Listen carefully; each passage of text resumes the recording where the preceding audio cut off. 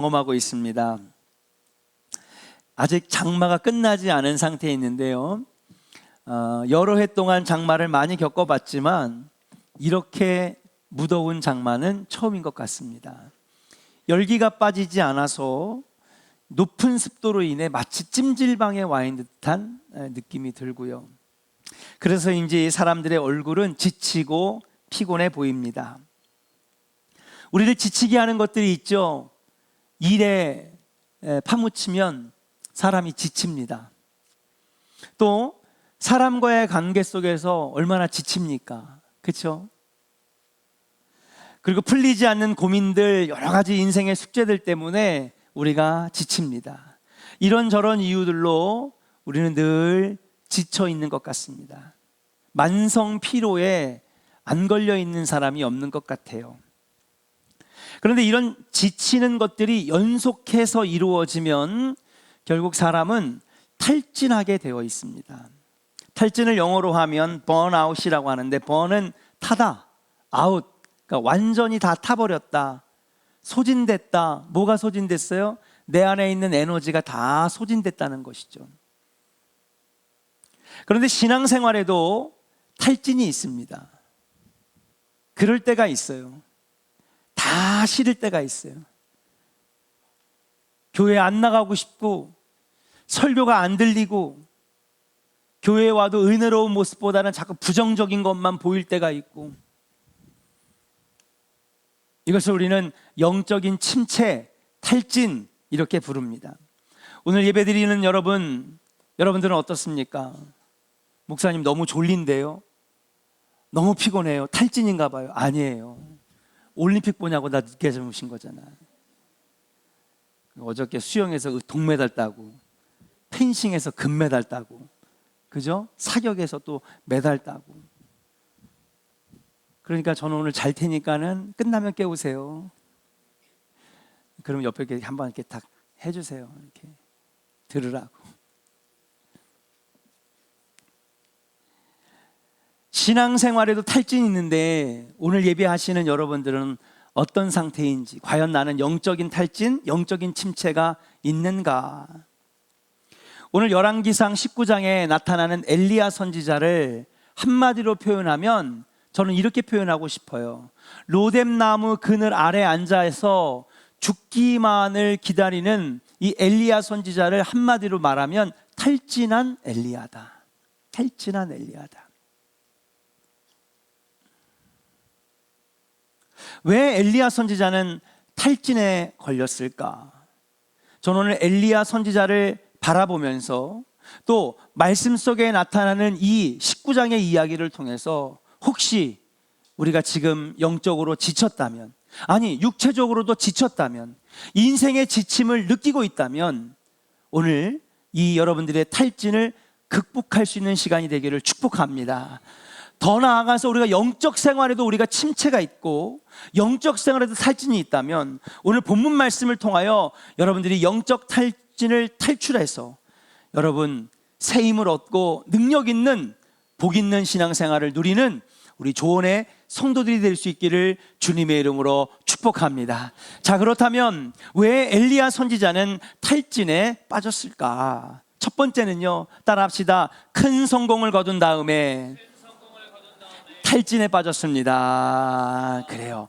여러분 앞을 한번 보시고 오늘 말씀을 여러분 듣기 위해서는 기본적인 배경이 좀 필요합니다.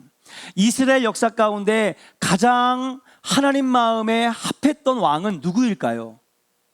다윗 왕입니다. 너는 내 마음에 합한 자라. 그래서 이스라엘 사람들은 다윗 왕을 지금도 잊지 않고 가장 위대한 왕이라고 여기죠. 자, 그렇다면 이스라엘 역사 가운데 가장 악한 왕은 누구일까요? 아합 왕입니다. 그래서 여러분 이 성경이 읽어지네를 들으신 분들은 제일 많이 들은 얘기가, 따라합시다. 아합의 길로 가지 말고 다윗의 길로 가자. 아멘입니까? 아합의 길로 가면 멸망이고 다윗의 길로 가면 승리하는 것이고, 아합의 길로 가면 저주고 다윗의 길로 가면 복을 받는 거예요. 그래서 항상 다윗 왕과 아합 왕은 대조됩니다. 그러면 엘리야 선지자는 어느 왕 때 활동한 선지자일까요? 아합 왕 때 활동한 선지자입니다. 자, 아합 왕이 왜 가장 악한 왕이냐 하면요, 여러분, 아합 왕은요 이제 하나님을 의지하면 복이 있는데, 그런 하나님께서 그 나라를 강대하게 하고 민족을 강대하게 하고 여러분 그 나라에 있는 가정들을 복을 주시는데 하나님을 의지하지 않았어요. 세상의 방법을 의지했습니다.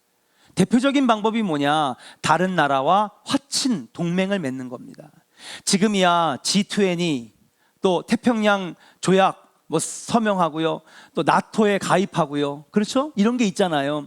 서로 이게 동맹을 맺지만 옛날에는요 동맹을 그렇게 맺는 게 아니었어요. 어떻게 하냐?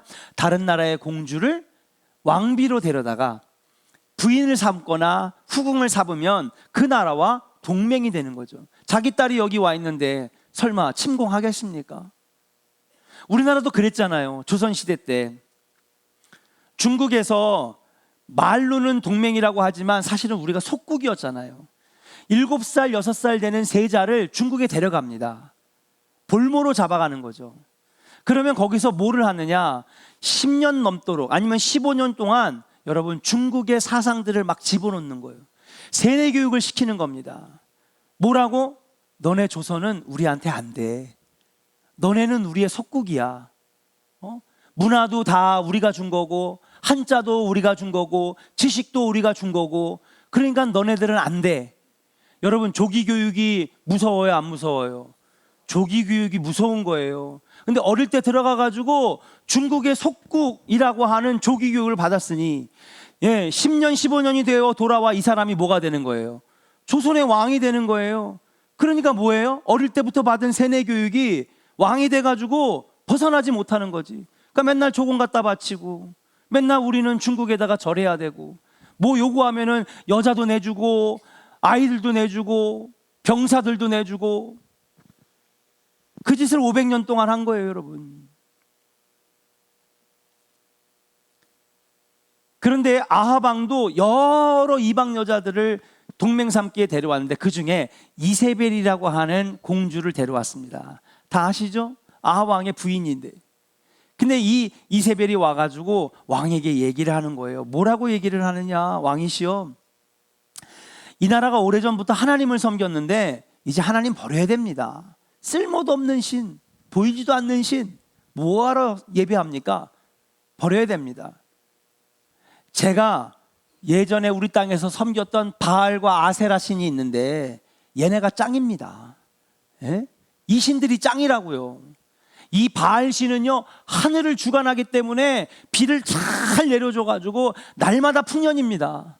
아세라는요 여신인데요, 풍요의 신, 다산의 신이라 이 여신이 정말 기분 좋게 이 여신에게 제사를 드리면 땅이 비옥해지고, 그죠? 그 다음에 집집마다 아들들을 그냥 순풍순풍 낳게 돼요. 옛날에는요 자식 많은 게 재산이었거든요. 자, 아들을 많이 낳아야 되는 지금이야 뭐 그런 거 없잖아요. 아기를 안 낳아서 문제지. 근데 옛날에는 아들. 저희 아버님도 아들 그러다가 제가 딸 둘 낳았어요. 근데 왜 그렇게 했느냐? 아들을 많이 낳으면요 농경사에서는 같이 농사질 일꾼들이 많아요, 적어요? 많지. 그러니까 아들이 많으면요 농사를 잘 질 수가 있는 거예요. 두 번째, 전쟁이 나면 누가 가서 싸워? 아들. 그러니까 아들을 많이 낳으면요 여러분, 여기서 장수도 나오고 장군도 나오고 병사도 나와서 거기서 공을 세면요 여러분 가문이 막 올라가는 거예요. 그래서 옛날에는 그렇게 어르신들이 아들. 그러니까 이 아세라를 섬기면은 아들 많이 낳습니다. 10명, 20명씩 낳습니다. 땅이 비옥해집니다. 바알이 비를 내려주니까는요 이 농경사회인 이 가나안 땅 여기는요 참 날마다 풍년일 겁니다. 그렇게 얘기를 하니까 아합이 여기에 홀딱 넘어가가지고, 그래 그러면은 내가 이 아합 앞으로는 바알과 아세라를 섬기겠다. 그리고 난 다음에 아합이 뭐를 하기 시작하느냐? 당시 하나님을 예배하고 제사했던 수많은 제사장들과 선지자들이 있잖아요. 다 잡아들입니다. 그리고 이 수천 명 수만 명의 제사장들과 레위 지파와 그리고 선지자들을 다 잡아 죽이는 거예요. 누구만 남았을까요? 딱 한 명. 누구만? 엘리야 선지자만 남은 거예요. 거기다가 당시에는요, 성전은 예루살렘에 하나밖에 없었어요. 그러다 보니까 예배 드리러 오려면 멀어요, 안 멀어요? 지방에 사는 사람들은 멀잖아요. 그래서 각 지역마다 뭐를 세웠느냐? 따라합시다. 회당. 성경을 읽으시면 회당이라는 말이 많이 나와요. 예수님도 항상 지역마다 갈 때마다 회당에 들어가셔서 예배하시고 기도하셨거든요. 이 회당이 뭐냐면 성전에 가기가 너무 머니 각 지역마다 회당을 세워가지고 거기에서 하나님께 예배하고 율법을 배우고 성경 공부하는 곳이 바로 회당이었어요. 자, 그러면 수원시 조원동에 있는 회당은 어디예요? 조원감리교회, 그죠? 응? 조원동 사람들 오라고. 지금이 아니라 시대가 달라졌지만, 근데 아합이 또 명령합니다. 선지자들, 제사장들 다 잡아 죽인 것도 모자라서 회당을 다 부셔버려라. 다 불태워버려라. 그래서 수백 개의 회당이, 전국에 있는 회당을 다 부셔버렸어요. 그리고 거기다가 뭐를 졌느냐? 산당을 짓습니다. 성경에 읽어보면 산당 나와요. 그럼 산당은 뭐 하는 데냐? 산당은 바알과 아세라에게 피해 제사를 드리고 성적으로 음란한 제사를 드리는 곳이 산당인 거예요. 그러니까 하나님이 여러분 마음이 아프셨을까요? 안 아프셨을까요? 마음이 찢어지지. 그러니까 하나님께서 아합 왕을 악하게 보신 거예요. 그렇게 홀로 남은 엘리야 혼자 도망을 갑니다. 그런데 이 엘리야가 여러분 열왕기상 17장, 오늘은 19장인데 17장에 가보면 그 도망 다니는 와중에도 놀라운 기적과 능력을 행해요. 17장에 무슨 얘기가 나오냐? 도망 다니던 중에 사르밧 과부의 집에 들어갔는데 가서 자기에게 남은 빵가루와 기름병으로 만들어준 그 음식에 감동을 받고 축복할 때에 가뭄이 끝날 때까지 그 집에 기름이 떨어지지 아니하고 가루가 떨어지지 아니하고 죽지 아니하는 복을 받았는 줄로 믿습니다. 그렇게 엘리야를 숨겨주다가 이 과부의 집에 아들이 죽어요. 그러니까 이 부인이 원망합니다. 아니 이렇게 살려놓고 아들을 죽이다니요. 막 슬피 울면서 가슴 찢어지고 있는데 엘리야가 축복하며 기도할 때 죽은 아들이 살아나는 기적이 일어난다는 사실이에요. 17장에 놀라운 기적들이 막 나타나 있어요.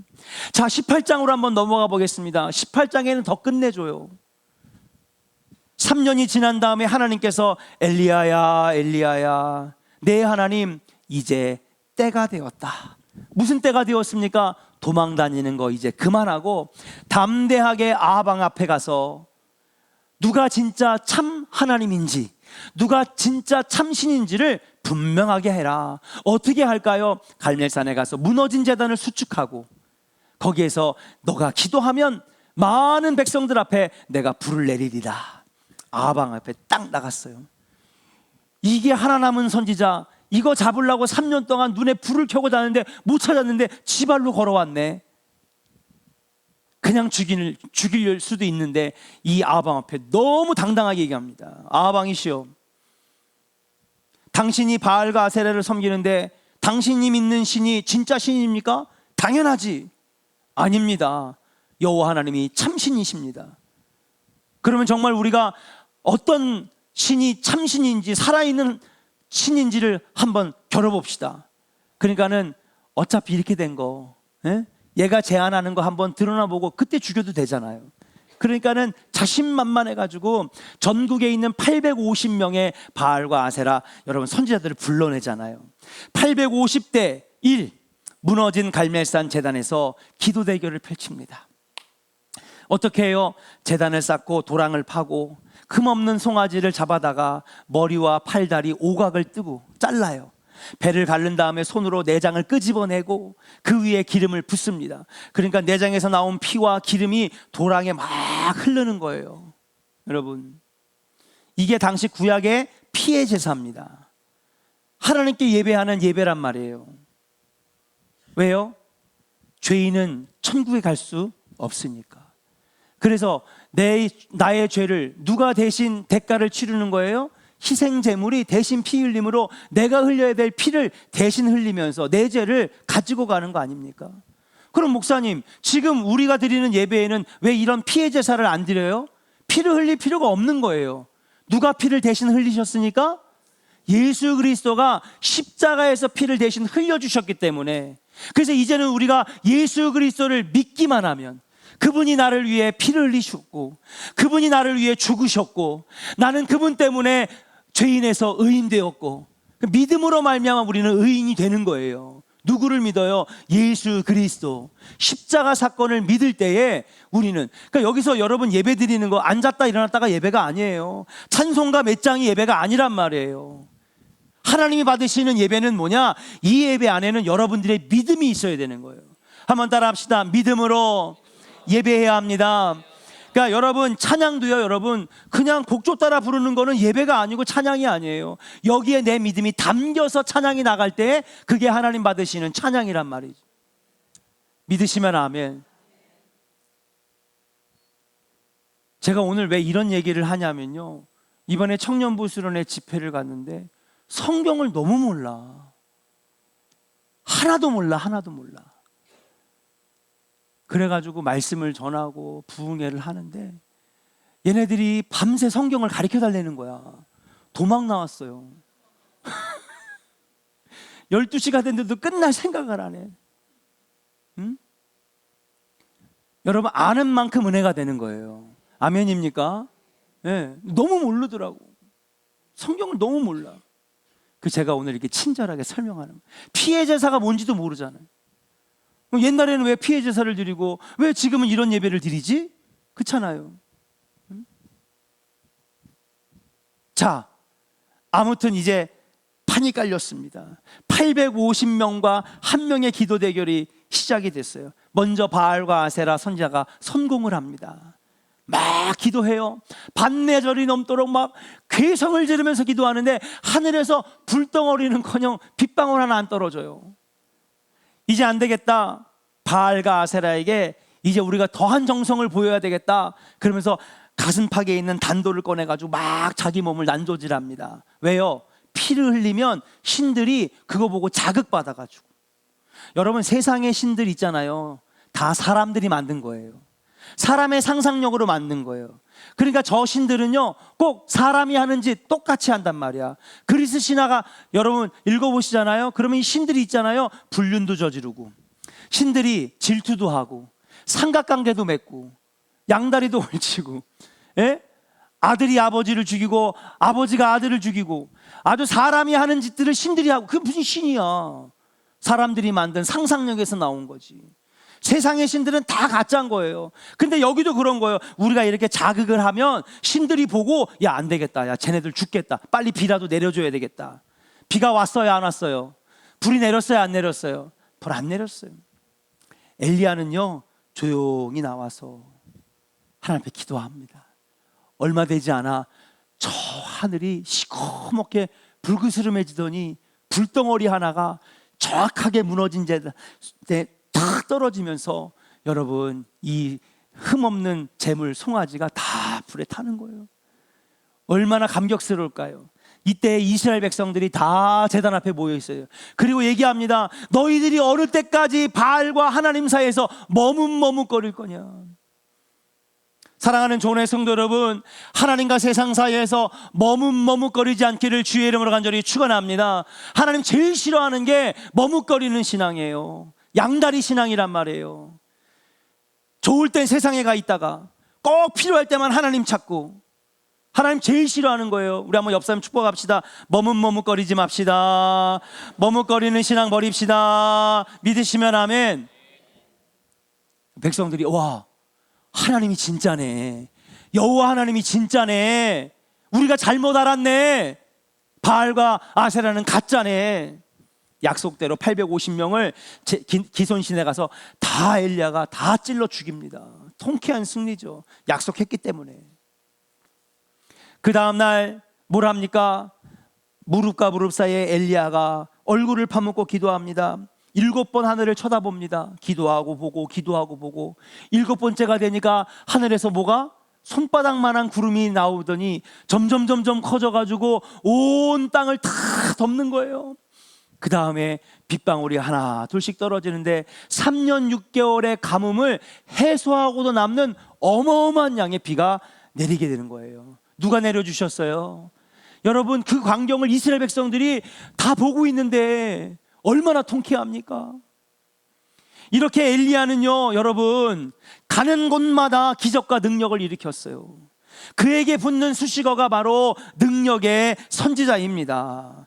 역사상 이렇게 놀라운 기적과 능력을 연속적으로 일으킨 선지자는 없었어요.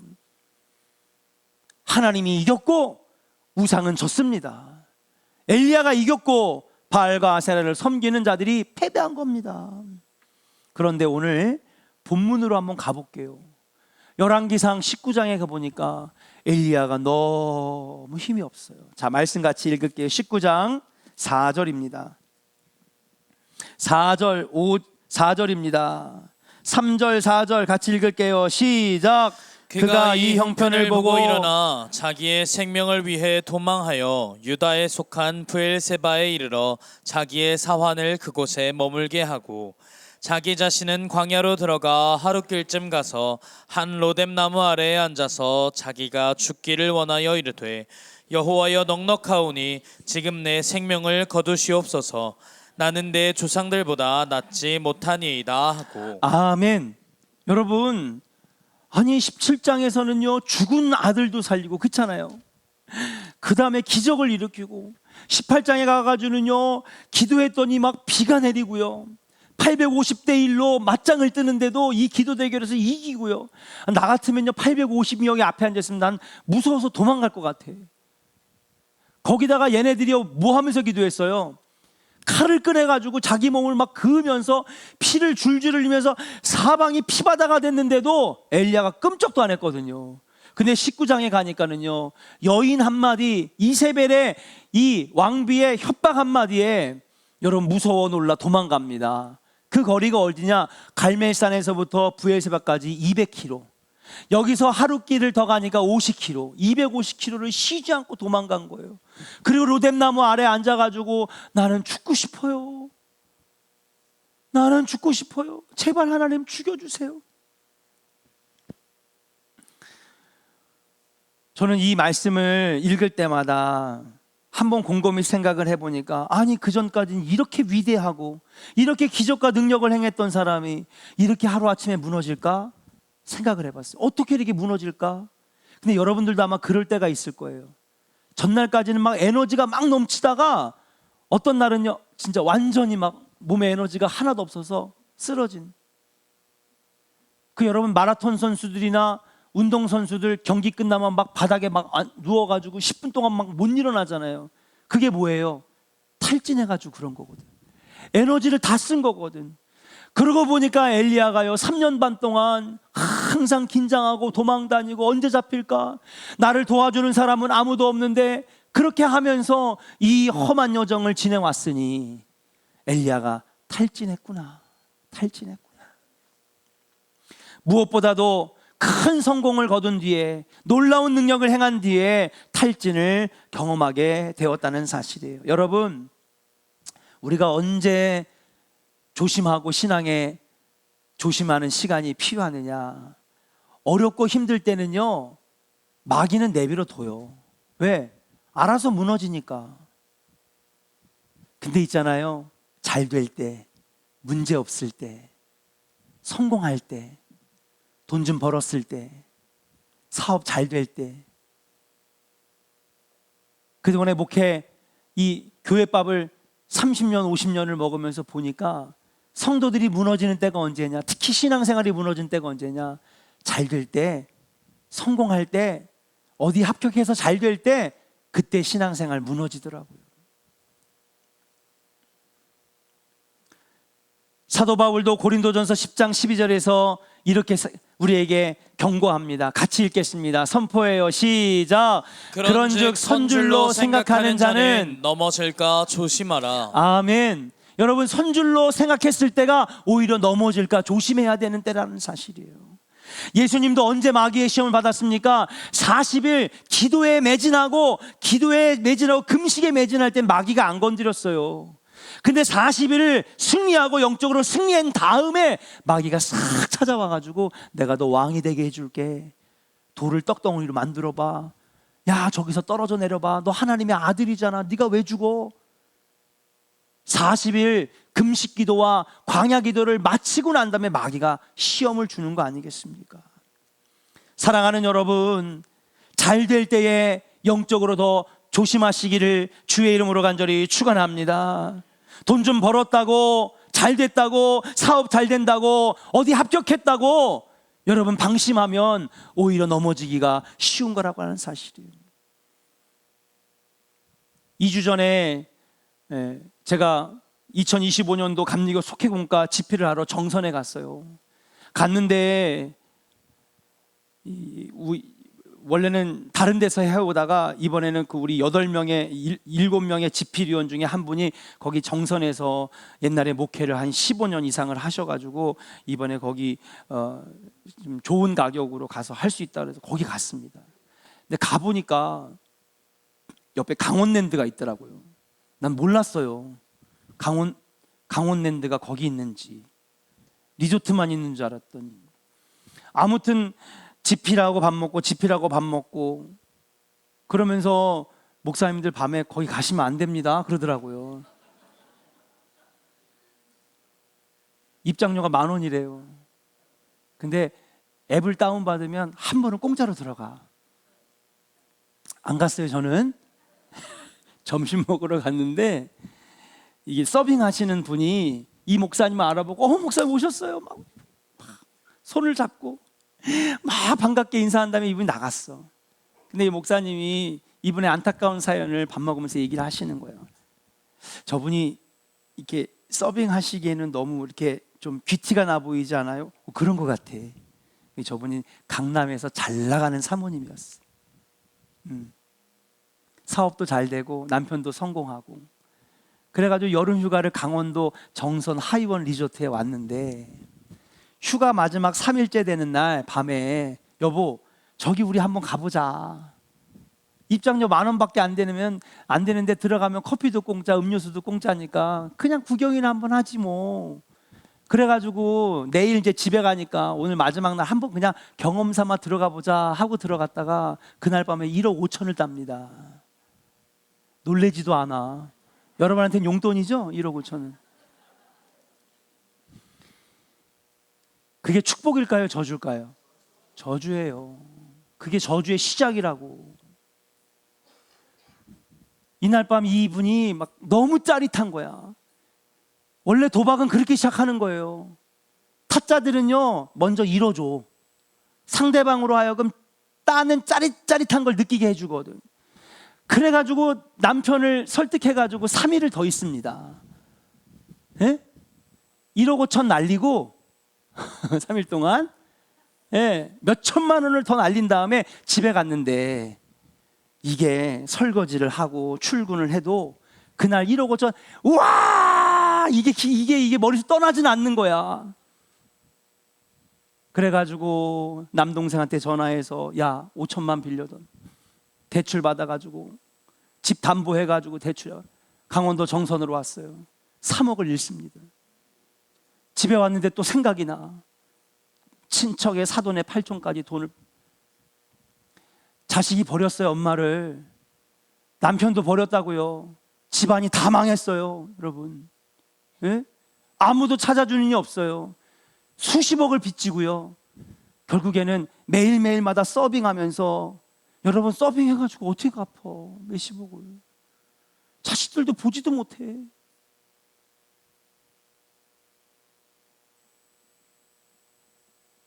이분이 권사님이야 여러분. 권사님이라고. 예?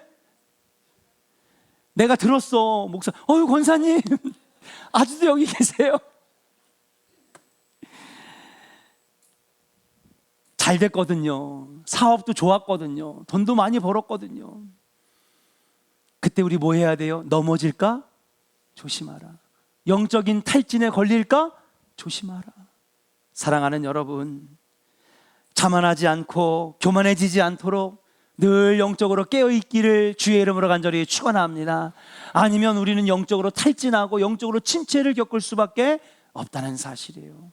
두 번째, 또 엘리야는 왜 탈진에 빠졌을까요? 따라합시다. 마음이 상하고 억울하게 되어 탈진에 빠졌습니다. 여러분 한번 상상해 보세요.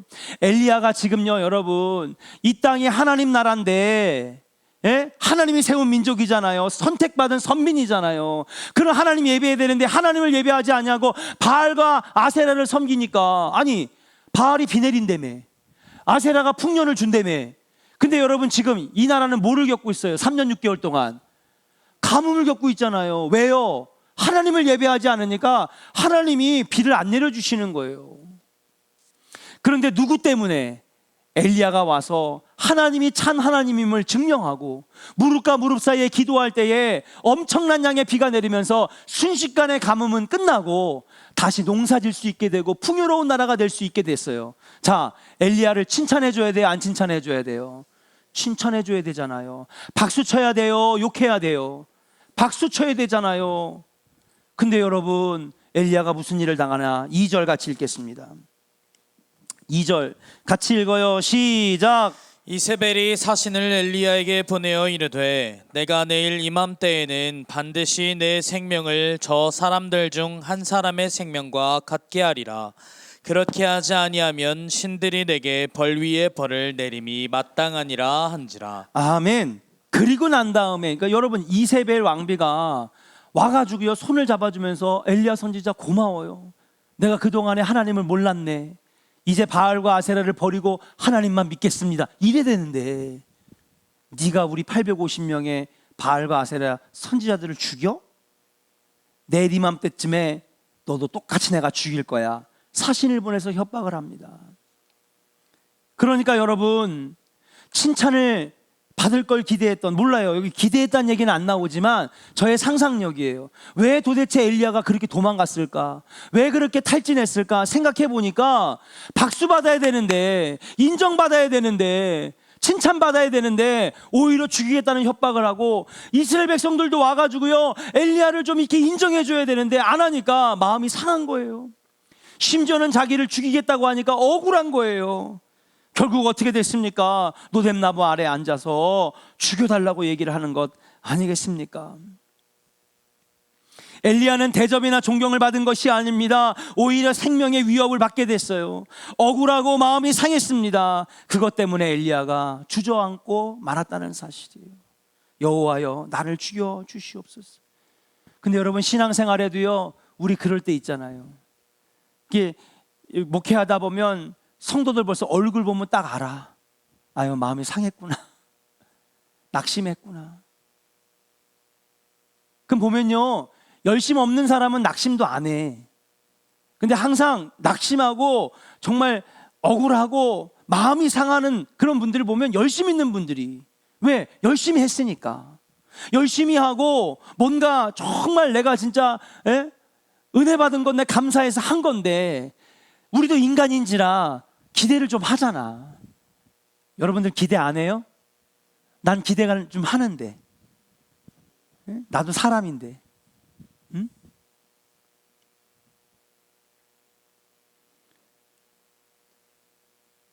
난 정말 하나님을 사랑하는 마음으로 희생하고 섬기고 봉사하는데, 여러분 그러면 인정도 좀 받고 박수도 좀 받고 칭찬도 좀 받아야 되는데 오히려 오해를 받고 오히려 비난을 받으면 그 마음이 얼마나 상하겠습니까?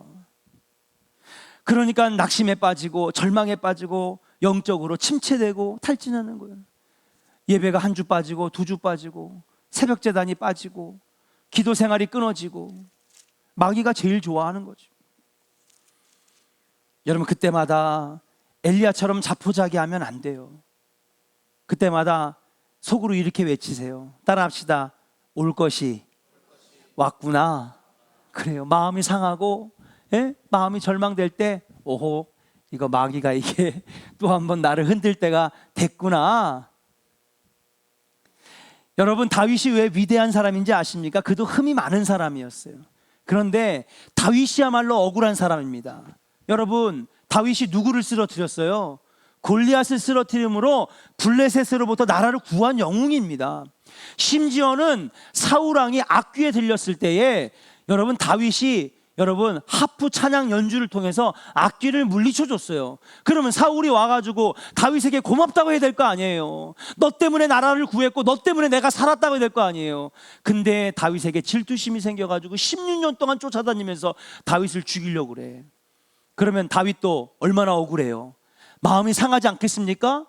그런데 이 사울을 죽일 수 있는 3번의 기회가 있었는데도 다윗은 그를 죽이지 아니하고 오히려 그 사울을 축복하면서 하나님, 이 왕이 제발 하나님 마음에 합한 왕이 되게 하여 주시옵소서.